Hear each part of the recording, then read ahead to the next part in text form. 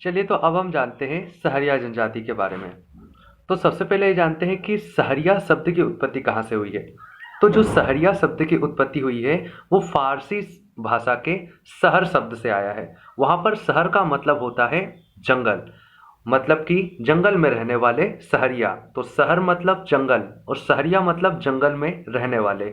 और एक और मान्यता के अनुसार जो सहरिया शब्द है वह सह धन हरिया दो शब्दों से मिलकर बना हुआ है। इसका मतलब है सह धन हरिया का मतलब है शेरों के साथ रहने वाली। तो सहरिया का मतलब हो गया जंगल में रहने वाली या शेरों के साथ रहने वाली। तो सहरिया शब्द की उत्पत्ति फारसी भाषा के शहर से हुई है जिसका मतलब है जंगल। सहरिया मतलब जंगल में रहने वाले। एक अन्य मत के अनुसार सहरिया दो शब्दों से सहधनहरिया यानी शेरों के साथ रहने वाली जनजाति है। इनका मुख्य उत्पत्ति स्थल या मुख्य क्षेत्र अगर देखा जाए यानी कहाँ पर ये मुख्यतः निवास करते थे तो वह है शाहबाद के जंगल। और शाहबाद के जंगल कोटा राजस्थान में है।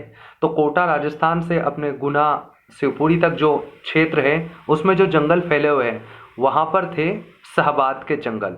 वहाँ इनका मुख्य क्षेत्र था। उसके बाद ये मध्य प्रदेश में आए।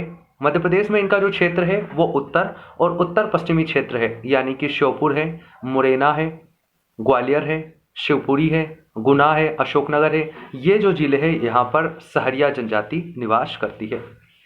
ये मध्य प्रदेश की तीन अति पिछड़ी जनजातियों में से एक है। तीन अति पिछड़ी जनजातियाँ कौन कौन सी है? बेगा है, भारिया है और सहरिया है। ये भील को अपना बड़ा भाई मानते हैं। तो सहरिया जो है वो भील को अपना बड़ा भाई मानते हैं और खुद को छोटा भाई कहते हैं। और एक और जनजाति आएगी अभी भारिया। भारिया गोंड को अपना बड़ा भाई मानते हैं और खुद को अपना उनका छोटा भाई कहलाना पसंद करते हैं। ये मध्य प्रदेश की सर्वाधिक कुपोषित और सर्वाधिक अल्कोहल ग्रहण करने वाली जनजाति है। यानी सबसे ज्यादा कुपोषण की समस्या अगर मध्य प्रदेश की किसी जनजाति में देखने को मिलती है तो वो सहरिया ही है। और यही कारण है कि जो श्योपुर है उसे मध्य प्रदेश का इथोपिया कहा जाता है। क्योंकि इथोपिया क्यों कहा जाता है? कुपोषण के कारण, यानी सर्वाधिक कुपोषित जिला है वो। और कारण यही है कि वहां पर सबसे ज्यादा सहरिया निवास करती है और इसमें कुपोषण की समस्या होने के कारण श्योपुर को यह पदवी मिल गई कि यह मध्य प्रदेश का इथोपिया है या भारत का इथोपिया है कुपोषण के कारण। तो सहरिया जनजाति में और ये सर्वाधिक अल्कोहल, इसके अलावा सर्वाधिक इन्हें अपन ये कर्ज में डूबी जनजाति भी है और ये सबसे आलसी जनजाति भी है। कुछ भी कहो तो ये सारी चीजें इसी में है। श्योपुर जिले को मध्य प्रदेश का इथोपिया कहलाने में महत्वपूर्ण भूमिका सहरिया की ही है। ये सामान्यतः टीबी मतलब कि क्षय रोग से भी ग्रसित है। तो सहरिया में जो कॉमनली देखा जाने वाला रोग है वो है टीबी। क्षय रोग से ये पीड़ित रहते हैं। ये हिंदू देवी देवताओं में आस्था रखते हैं और हिंदू त्योहारों को भी मानते हैं। तो सबसे ज़्यादा जो जनजाति हिंदुओं से इन्फ्लुएंस है, हिंदुओं के रीति रिवाजों को मानती है, हिंदुओं के देवी देवताओं को, हिंदुओं के त्योहारों को मानती है, तो वो सहरिया ही है। इनकी सामाजिक व्यवस्था अगर देखी जाए तो इनका समाज होता है पितृसत्तात्मक। अभी तक हमने जितनी भी जनजाति देखी है उनमें जो समाज होता है वो बराबर होता है, यानी महिलाओं को और पुरुषों को बराबरी का अधिकार है, बराबर अधिकार प्राप्त है। लेकिन ये पहली जनजाति आई है जो कि पितृसत्तात्मक है, यानी कि यहाँ पर पुरुषों को ज्यादा अधिकार है। भील, गोंड, बेगा ये सभी समानता थी इनमें।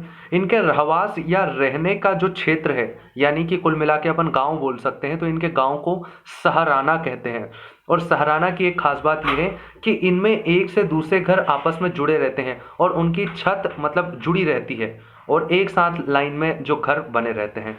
इसके अलावा एक सामाजिक भवन भी होता है इनका, जिसे अपन सामान्य भाषा में धर्मशाला बोल सकते हैं। तो इनकी जो धर्मशाला है ये इनकी धर्मशाला को क्या कहते हैं? बंगला नाम से जानते हैं। किस नाम से? बंगला। बेगा मेहमान के कमरे को भी अपन बंगला कहते थे। अपन ने बेगा पढ़ा था, बेगा में क्या पढ़ा था?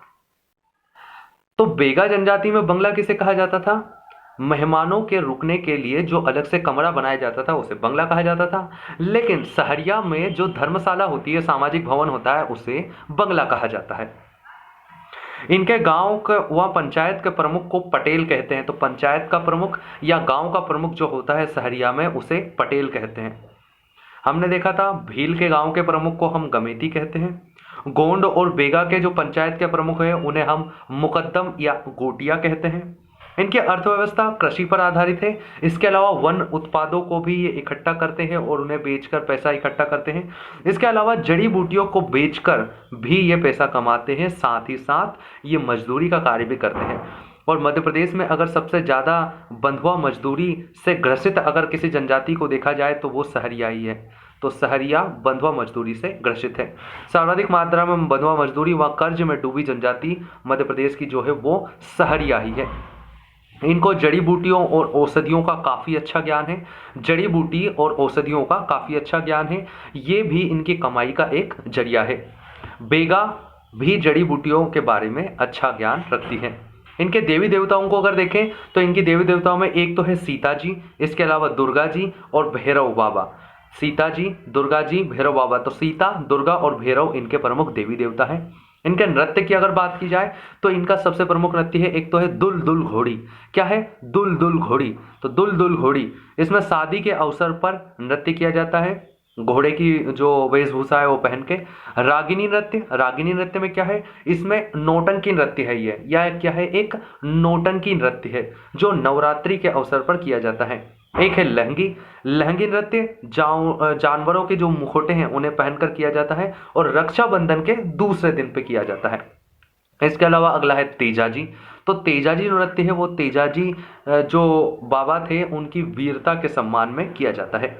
तो दुलदुल घोड़ी, रागिनी, लहंगी और तेजाजी। तो घोड़ी ने राग लगाया, घोड़ी ने राग लगाया, लहंगा पहनकर तेज तेज नाचने लगी। कहाँ पर? शहर में।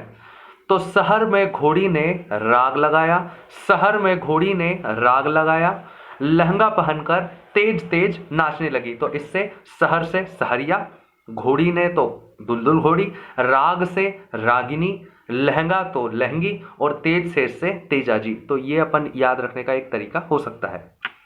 इनकी उत्पत्ति कोलेरियन समूह से है। किससे? कोलेरियन समूह से। तो ये द्रविडियन नहीं है, ये कोलेरियन है।